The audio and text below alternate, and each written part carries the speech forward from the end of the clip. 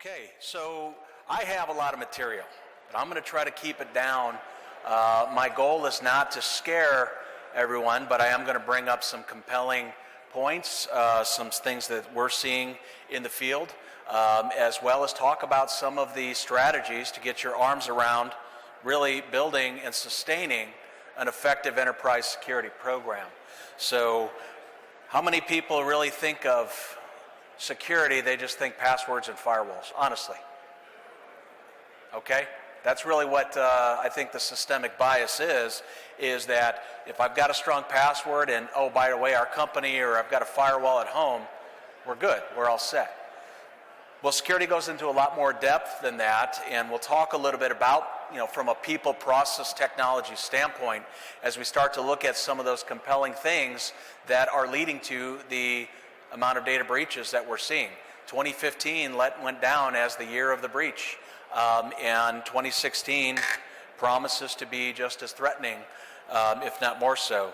And why is that? Well, there's a lot of money in it. There's a lot of organizations that are putting a lot of investment into breaching organizations and stealing data, and it has extreme street value in it. So when we talk about security and we try to really understand it from that systemic perspective, we really are looking at a series of vulnerabilities within an organization that could lead to some sort of data loss or, in fact, a breach. What is the weakest link? It may be a misconfigured technology. It may be that people don't have a level of awareness or training and how to handle sensitive data. It could be a bunch of different things. And so a vulnerability certainly is going to exploit those weaknesses or holes within a security posture in order to see that through. And so that's some of the things that we're going to talk about and really get our arms around. What is enterprise security, and how do you really understand your level of risk tolerance? What are some of the practices to go forward, build and sustain an enterprise security program? And really, how do you stay ahead of the curve? What's next? What should we really be concerned about as we look to the future? And so the first thing I do want to talk about is this concept of risk tolerance. So I've got a visual here that I want to depict. On one end of the spectrum, we have Swiss cheese. Nobody wants to be that. Nobody wants to be there where your environment is porous. Anybody can come in, take what they want, and leave. Conversely, nobody wants to be Fort Knox. If you're locking down your systems to the point in which it's hard to do anything, you're unduly impining upon the business, and that in itself is going to invoke another set of risk and impact that you have to deal with. So there really has to be a careful balance of understanding, where do I need to be? What is risk tolerance? Do I prevent everything from coming in? Do I shut everything down? Do I just stay off the internet? Well, that's not feasible in today's business. Businesses revolve around exchanging data, information, making connections with other organizations. And so it's important to really get an understanding of really what am I most concerned about, and what can I do that's not going to create a level of business impact. The first thing really is, it's not magic, it's doing that risk analysis. Now, it's easy to say, well, of course, do your risk analysis. Bring a professional in for $200 an hour to come and tell you what's wrong. Well, let me tell you, there is a lot of value in doing that, because a lot of organizations do set out to do this, but they either do it at a too high level, okay? Well, we think that we're at risk of tornado damage. Let's do more tornado drills. Okay. What about at the other end of the spectrum? Wow, boy, we really have a lot of data, and we're going to lock down systems so that even the people who need it can't get to it. That's the other end of the spectrum. What we're trying to do is really come to that reasoning in between. Is what are we thinking about from a people, process, technology standpoint? Where are our largest weakness? How about technology? What is my current posture relevant to an attacker, or what's commonly known as a hacker? Somebody from the outside who can get to my data. What are my risks there? How are my systems configured? Can I bring somebody in to actually do a test to see, can you get in from the outside? Tell me where I am weak so that I can fix it. Okay, that's great. If you stop there, you're going to get a point-in-time assessment. You're going to get a point-in-time fix of your current vulnerability state.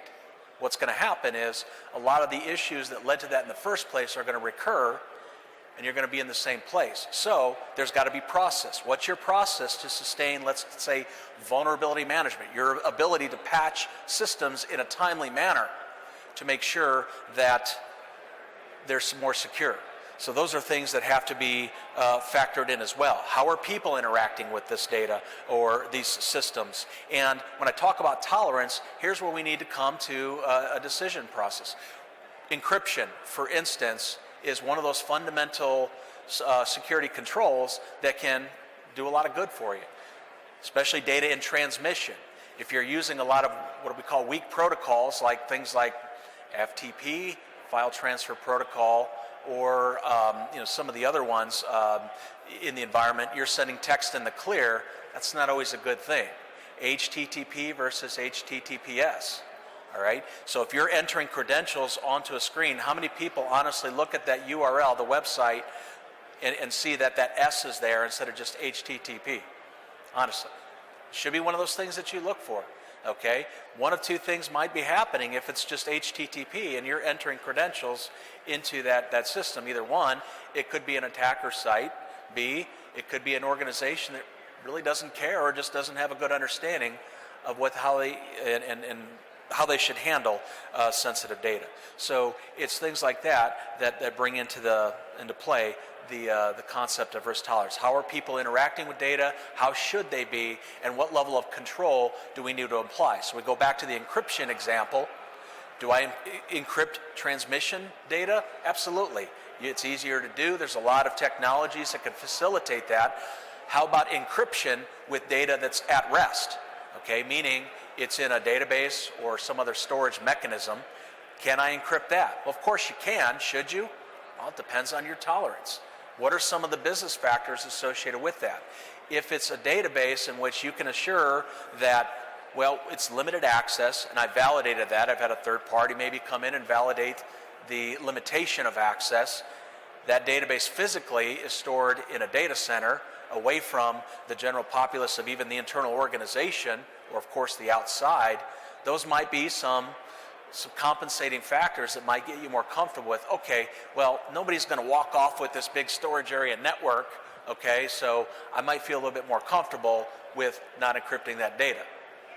Other times it may not be up to you. There's such a thing, of course, as compliance and contractual risk.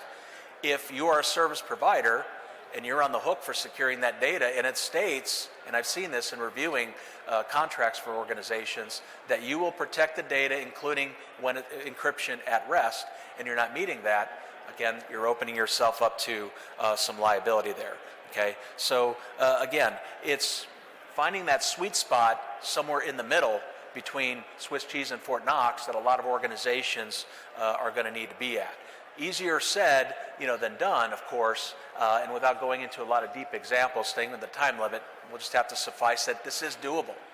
But you have to understand the data that you have, how important it is, how critical it is, what's the value of that data. Are you at contractual risk or obligation to secure it in such a way? What about regulatory risk?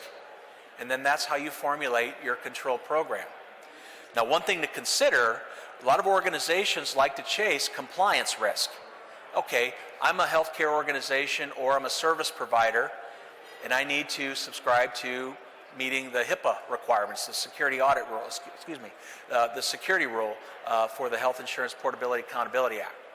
We're talking about electronic protected health information, or EPHI, okay? Or you might be a merchant in the eyes of what's called the PCI, the payment card industry. So MasterCard, Visa, American Express, a couple of others have come together and have created this data security standard that said if you process, store, transmit credit card data, then you have the obligation to secure it in this way. Now, depending on what level of merchant you are, there's a lot of factors that go into it as to how much compliance you need to make, or which requirements of all 12 requirements, which ones you have to meet. And it's unfortunate that, there's 12 requirements, but each one has subparts to the tune of something of 250 plus control objectives if you have to do the full PCI DSS. So those are factors that come into play. Now, the thing with PCI and HIPAA, you can segregate certain parts of your environment to contain that data, and you might have a diligent process to secure that data, and that might be your known risk.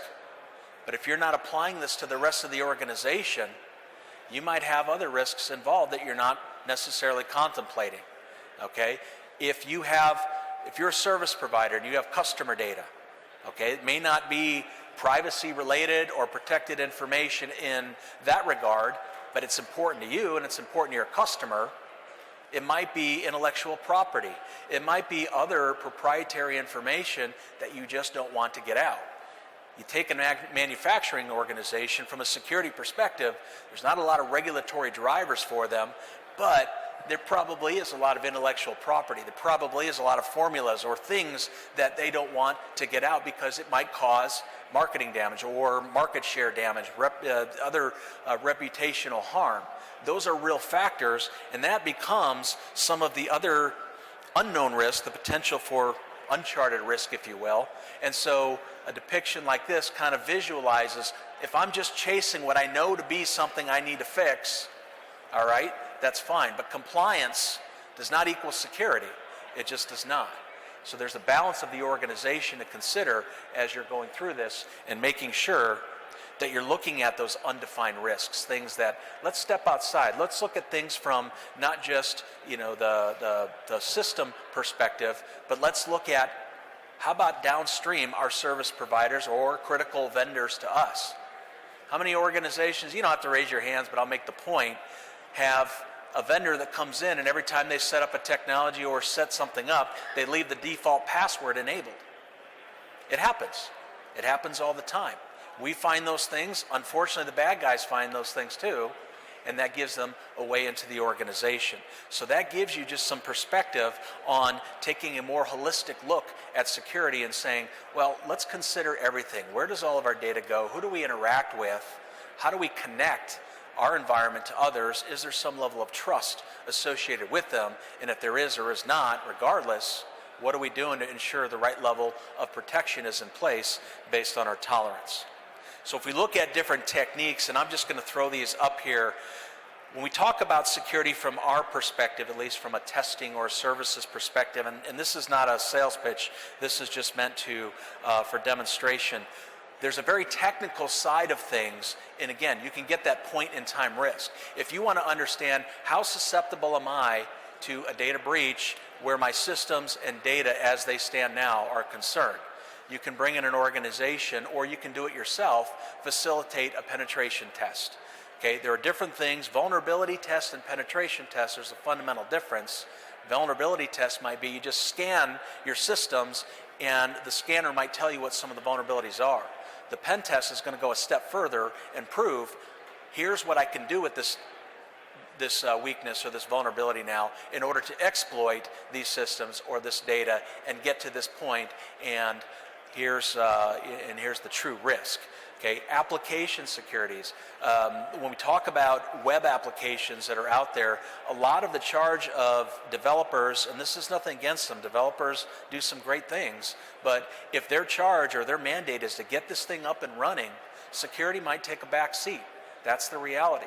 So when we talk about web applications that are out there externally facing, we might have vulnerabilities such as SQL injection. What that means is I can take that URL bar at the top and I can put SQL statements in there, SQL statements that can actually inject information into the database, extract data from it, okay, do reverse lookups, things like that that are ultimately going to present data that you, as the custodian, had never intended to be presented to somebody just without the right level of privilege. So those are some things that SQL injection bring about. There are about 10 critical vulnerabilities for applications known as the OWASP Top 10, the Open Web Application Security Project. Free material out there. It's great. If your organization does a lot of development and you've never really stepped into the development aspect from a security perspective, then go out to OWASP and you can find a lot of free stuff and a lot of free tools. Okay. And I'm going to jump to this slide first here. We talk about continuity and compliance. We're really getting at not just traditional disaster recovery business continuity planning, but we're really talking about getting in front of risk. What are the compelling threats? What can I do about them? Again, it flows with that whole risk tolerance perspective. Yes, I want to prepare my organization to respond, but man, I'd like to do some kind of prevent activities too that are going to lessen the likelihood of occurrence. Things like security program management. Do I have a framework that really outlines what I want to make sure my program aspires to? Things like, if you've ever heard of the ISO 27002. You may not have, that's okay. These are things that you can go look up, and what that does, it gives you a set of control objectives, everything from what is management's perspective and intent through policy, all the way to, am I doing the things that I should be doing based on my risk posture, my security analysis. All of it revolves around doing that risk analysis to understand, what do I have, where does it live, how am I currently protecting it, how do I need to protect it? And then, of course, being able to understand what I call those systemic risk factors. I mentioned it already, but it's worth highlighting. People that you do business with, how are they handling data? What do they do with the data that you send? And what you send them, do they need all of that? There's a concept called least privilege that gets a lot of buzz, but not always a lot of application. That's essentially saying, I'm giving you access, the least amount of access that you need to successfully do your job. That's not just internal, that has to be applied to your external partners as well. If you're sending a data set over to them where all they need is one column in a table, but they have access to a lot more, and some of it is privacy related information, then that's not a good thing. That's something you have to look at and make modifications to make sure you're only giving them what's needed. And then even then, having a right to audit your service providers who have access to your environment or take custody of your data for some reason or whatever, being able to understand, how are you protecting this? What is your security risk posture? Have you done your own risk analysis? And what if you do have a breach? How are you going to handle it, and how are you going to notify me? And that's when we get into incident response. It's not just your service providers, but it's you as an organization too. If you reach that point that we have an incident, we have an issue, and are you really positioned to even know what that issue is in the first place to detect it? And the unfortunate instance is there's a lot of organizations that are never in that position to be able to understand what might be affecting them. And so those are things that you have to do, put that right program in place. I'm going to take you through a methodology if we have time quickly, but I want to talk about too there's compliance factors, of course, to meeting that compliance. You have to do it. But what my suggestion is not to limit yourself just to meeting compliance. Let's talk about systemic risk, though, and looking at things like physical risk. Okay? So here's an interesting depiction here. I don't just need logical access to be able to, meaning electronic access, to be able to compromise your data. Okay, there's different ways that we can go about doing this, okay? Some things that we call red team testing or social engineering or physical exploitations.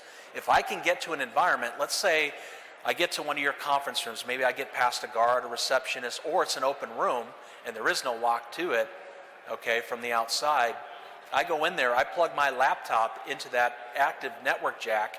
If you don't have network access controls established on there, chances are I can get on your network, I can scan that entire network, and I don't have to do anything else. All I do, I can pivot to systems and breach systems as they are vulnerable and run certain exploits against them.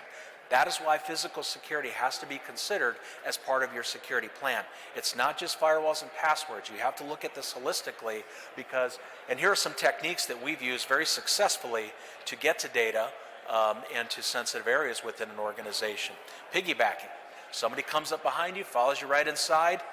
It's not a good thing. Politeness has its place, it really does, but where security is concerned, you have to have a level of training and awareness among your staff to not turn around. You don't need to teach them judo, to take somebody down who's following you in, but you have to give them the right tools and contact points to say, somebody just followed me in, they didn't swipe their badge, and I'm reporting it because I don't know who they are, I don't know where they're going.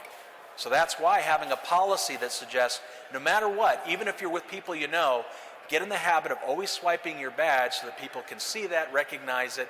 It's not foolproof, but it does at least drive, some confidence of that. If you don't recognize the person, and if they don't have an ID that's showing, then that might be grounds for, if not challenging somebody directly, because people just don't like to do that, and that's understandable. Report it. Have a hotline that people can report this. On the 3rd floor, somebody followed me in. I didn't know who he or she was. They went in, lost sight of them, but I just wanted to report it.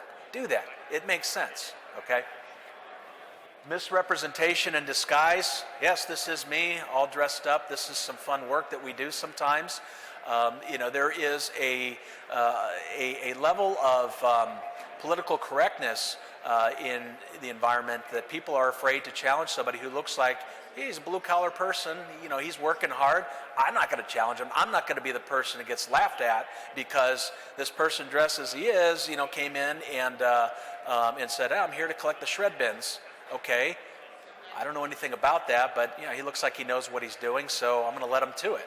Okay, so we've used this technique before where we'll come in, I'll get my phone out and I'm actually taking pictures of the environment just to show some of the things that we're able to see, and I'm acting like I'm scanning the barcodes on the shred bins. We pushed these up to a data center one time. Again, this is the area where the crown jewels you're not supposed to be able to get into, and this was a pretty high profile organization. They even said, you're probably not going to get in the data center, but please try. Roll these shred bins up there, knock on the door, we're here to get your shred bin. Well, that's not our process. Well, they at least thought to question it, okay? I told them, it is now. And they didn't question that. So it was as simple as that, me getting into the data center and one of my coworkers dressed very similarly, just putting a distraction, that left me to these rows of racks of servers and databases and all these different things that if I now have physical access to, I can create a denial of service, meaning I can take it offline, or I can put a tap or some kind of listening device on those systems or in line with the network that I can start capturing traffic and packets and things like that. So there are a lot of different things that I can do once I have physical access, and so always protecting and creating zones within your organization is very important. Anybody from HR in the room by chance? Well, if there were, I bet if I asked the question, HR, would you just let anybody into your room? They'd probably say, hell no. Okay, and that's the right answer, okay? Same thing with the data center. I've seen an organization, actually, kind of funny, that they'd let everybody have access to the data center because it saved them 50 feet of walking around, that they could just cut through the data center and get through. I thought that was kind of humorous and obviously a big risk. We pointed that out to them. So what's this bottom one mean about harmless treats? Well, again, a determined attacker is going to get in despite the level of security that is going to be present. We did this one time where there was a building we couldn't get into, just right offhand, just talking to the guard, trying to make up a story about getting in. No dice, we're not getting in. So what we did is, and employees, we tried tailgating, they stopped us, confronted us. So what we did the next day, I had one of my coworkers get 2 dozen donuts and a carafe of coffee, okay, and I had him go up to the door like he was trying to lean, with his badge up there and hit the reader. And about 2-3 people came up, and they were happy to open that door. Oh, let me let you in, donuts. Shoot, where are you taking those? I want to go to that meeting. And it's just an easy way to get in. Now, the point is not to say, hey, look how clever we are. It's to show that you need defense in depth. You can rely on physical security only so much, but if I can get in, and I can get in, okay, then what about the inside? Am I partitioning environments within the organization further that are going to prevent access? So if you think about the concept of firewalls, not the actual firewall, okay, system firewall, but how am I partitioning the organization? Do I have zones, and do I have levels of access and physical security inside so that it doesn't just let anybody in at will? And then, of course, the media drops, those are always fun too. So we'll burn CDs or USB sticks with, it does contain a variant of malware. Now, I'm going to say all it does is allow that system that plugged in the device to beacon out and to ping a web server of ours that, yep, this IP address checked in, meaning that somebody inserted that media into their system. And it happens. People are curious. If I label something with company legal, company HR, a lot of people are going to open it. That's just the fact. And even if they do open it saying, well, I just want to see who it belongs to so I can get it to the right person, okay, here are some files. And here's the interesting thing about files, okay, is I can change the extension on any file. Okay, if I put .pdf at the end of it, guess what? It's going to adopt that PDF icon. Same with .doc. If I change that file name to .doc, it's going to look like Microsoft Word. Okay, very convenient because it often fools people. So let's say I did get that one fairly honest person who says, oh, I don't need to look at salary and benefits. I don't need to look at lowest performing departments. Oh, but you know what? There's no harm in me looking at the draft fantasy football stats. So guess what? I'm going to open that. Now I'm infected. That's how it happens. There are attackers that do drop stuff along, hoping that somebody will put it into their computer, and ultimately get compromised in that way. Okay, it does, and it can and does happen. So let me just show you some threats from today's today's world and some things that are going on and what's prevalent. And I circled a couple of these too. What this is suggesting, or this is showing, the number of security incidents by industry and confirmed data loss. And I found it interesting that, and this is all from the 2015 Verizon Data Breach Report. It's available online. It's a great report. A lot of data, a lot of information in it. You can download it anytime. But we look at accommodation. Well, you think about this, hotels, okay, a big service type organization. A lot of people stay at those. A lot of people bring their laptops. A lot of people connect to that wireless, or they connect to any wireless that's available. I found one connection point that just said cable internet or something, Wi-Fi like that, you know, without any other descriptor, but it provided an external connection. So that's one, just a tip. If you don't know who it is, stay away from it. Don't connect to it, because even if it does provide you a path to the outside, there might be a conduit or proxy set up between you and the internet that is capturing information. So be wary of that. Okay, so you stay at a hotel, you connect to the Wi-Fi, all right, there's a lot of vulnerabilities associated with being on that network. And if, you know, all of a sudden you're getting a pop-up and it says click here, or, you know, that kind of thing, that does happen. And you could find yourself infected at that point. I found it interesting too, there's no surprise about healthcare, obviously, being one of the largest industries, but education. All right, there are a lot of educational institutions, higher ed especially, and it's nothing against them. It's just that their environment, their culture suggests openness. Okay, we want everything to be open. Well, that's good, you know, from a learning perspective, but not always good if you have sensitive private data that is worthy of protection and that you do need to offer some protection to. And if you're not providing the right diligence, then you can find yourself at risk. So very important. So other industries up here, you might find yours up here. These are just aggregated statistics around that. The report goes into a lot more detail. It's really good stuff. I would encourage anybody to go out there and do it. So what about threat actions and activities? So in years past, we saw a lot of phishing attacks that dropped these spyware, keyware, or keyloggers onto systems. It's still in place. There's still variants of that in place. Okay, but there's a lot of detection capability now on those that has evolved. But what we're really seeing, this concept of RAM scraper. Okay, so random access memory, it's that, you know, that memory that on the system that really, you know, helps it run and gets it the process going. What are we talking about with scrapers? Well, if you think about, let's call it a point of sale system. Go to the grocery store, department store, and when you check out, you know, they got that card reader there. All right, there were a lot of systems, point of sale systems, that were susceptible to being replaced by somebody posing as a technician, or just making the replacement right then and there, pulling the old one out, putting the new one in that's now infected. And what it's doing is it's scraping the RAM, you know, on that system in order to take credit card data in full. Okay, not just the, you know, certain aspects or last four or just a transaction ID, but full card, you know, and all of the data within the strip as well.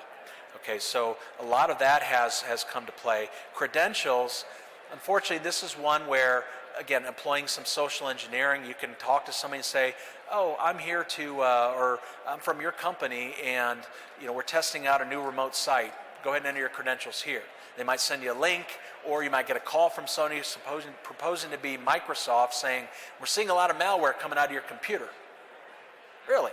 Okay, well, I'm glad you found it, not my boss. So what do we do? How do I get this fixed? So then it's here, easy. You go to this URL right here. I'm going to give you a code. We're going to fix this all up for you. Okay, got it. And enter your password. And one of two things could happen. They could grab your password from that remote session because now they have control, or they could implement something called a piece of ransomware, which is essentially going to lock the files on your system. And now it's like, aha, now you got to pay me to get the key if you want your data, or I'm going to delete it all. And so that puts you in quite a precarious situation. I'm not going to debate the merits of making that payment. That's something you can do your own risk analysis on. So let's talk about some other real-world examples. These are some things that we've been involved in, and I'm just going to talk about them very quickly because I know that I'm out of time here. But a phishing attack leveraging what's known as the dire Trojan. The dire Trojan is one that is really going after financial data. Okay, and that was brought through a phishing attack, meaning somebody sent an email that looked legitimate, somebody clicked on it, it downloaded, dropped in some other malware, created that back door, and now you got an infected system. Unfortunately, it was somebody within finance that actually does payments, and unfortunately from there, even further, is that while you have separation of duties, from two systems, maybe you're supposed to log in to be able to approve payments. The supervisor also logged in to that computer just to say, oh, let me try my account. And now that attacker's got the two sets of passwords, credentials that they needed to be able to initiate a transfer of $250,000. So that was a serious incident for the organization, obviously, and it does happen. There were other email credentials. There was one where it led to a lot of sensitive records. Again, not really going into the details about who it was, but one phishing email led to approximately 50,000 records of EPHI, protected health information, that was disclosed, inadvertently breached, all because the credentials were made available because somebody typed it into the site, the attacker caught it, and again, it not necessarily was that the data was exfiltrated, but there was a potential for that data to have been viewed, and there were no other monitoring or logging systems to refute that it was not viewed or that it was viewed. And so that led the organization to say, all right, well, we've got to notify, we've got to call this a breach and go through the process. So there's a lot of that stuff that goes on too. And of course, the last one, I think everybody can recognize this one being the Anthem situation. Not one we were involved in, but we are involved in a lot of incident responses with the organizations and helping them get smart about their process. I think it's valuable just to go through this very quickly, and this will be the last slide.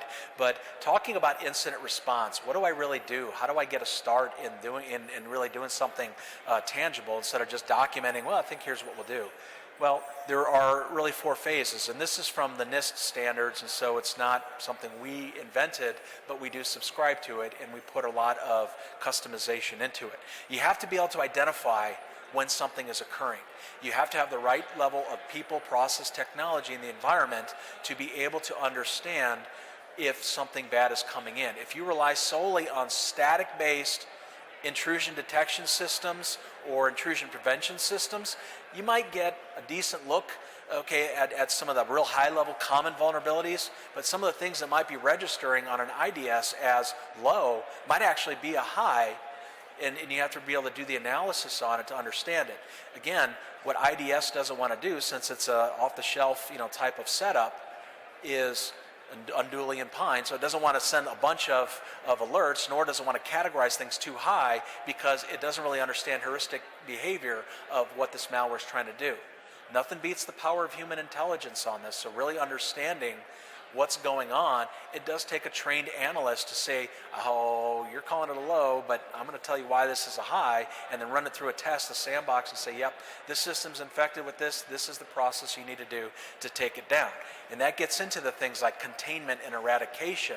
Okay, these are defined processes as well. Sometimes it's blurred, you don't know where you're in one or the other, but one thing you have to understand and ensure is that you have the full scope of the incident, or the full scope defined, because there could be an instance of malware that most malware that we see okay, take it offline, clean it, put it back on, it's good, all right? But there might be variants that are more what we call the advanced persistent threats. By design, it's meant to persist in the environment and lay low for a long time, and if you try to kill it, it's going to pivot to another vulnerable system and infect that system, and so it becomes playing whack-a-mole. And so really getting that right containment, you have to do more in-depth procedures, and we've taken a lot of our clients through that process real time in order to kill the infected systems at once. And that gets you into the eradication step. So you can't really move to eradicate unless you're sure you have a full understanding of what the scope of that incident is.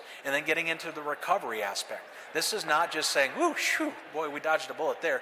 This is the possible notifications. This is crisis management. These are notifications that might need to be made to other folks in the organization in order to get more people involved. It also allows you to do a risk assessment process to understand what really did happen here, and do I have a situation where I have to notify either by contract or by regulatory mandate. So take that opportunity to really understand rather than just go ahead and notify. So when we talk about the bookends are very important, preparation and learning, you're in a period of calm. This is when you want to get your arms around this. This is when you want to put your procedures in place, build your teams, run through scenarios to make sure everyone understands this is the way an incident will flow in the organization and how we need to respond. It's not at all suggesting that you can respond to every type of incident, nor do you want to try to prepare yourself to do that. You want to put yourself in the position and be able to make the best possible decision for the organization. And that's what we're talking about here by getting yourself into that mode. But getting everybody trained and then learning any incident, be it real or a test, has knowledge that you can apply and get better and look at prevent mechanisms or quicker detection, and contract your third parties now. If you might need legal assistance from the outside, get that done now. I guarantee your rate will be a lot lower. Incident response organizations, like Pondurance, for instance, get that retainer in place now because you're in a period of negotiation or a position of negotiation. If you wait till the incident and the organization that you're trying to contract has to drop everything and make it a priority, they know they're in the driver's seat, and you're going to see rates of $350, $400 an hour to provide the right assistance. So negotiate now, get those contracts in place. Okay, so I have a lot of other slides. I'm not going to go into them just because we're out of time, but I hope that this was educational. It did provide some additional level of awareness. Again, make sure that you're not just looking at passwords, firewalls, you're expanding into the organization. Follow the data. Understand what type of data you have, where it goes, where it lives, who uses it, inside and out, and build your program around that. Okay. If you have critical infrastructure, be it a utility or even a company that has what are called SCADA systems that control things like boilers and HVAC systems and whatnot, get your arms around those too. Understand the level of risk associated with those, and so that you can in fact do the right level of security planning. So get your arms around it enterprise-wide. Look at the physical layer, training, awareness, training, awareness, training, awareness. Can't say it enough. Make sure your people have an idea of why they're being trained, some of the things that you're trying to prevent, and the mindset that you're trying to give them. So that's what I have. I want to thank you all for your time, and if you have any questions, we'll be hanging around, and we have a booth over here as well, Pondurance. Come see us, and we'll talk. Thank you.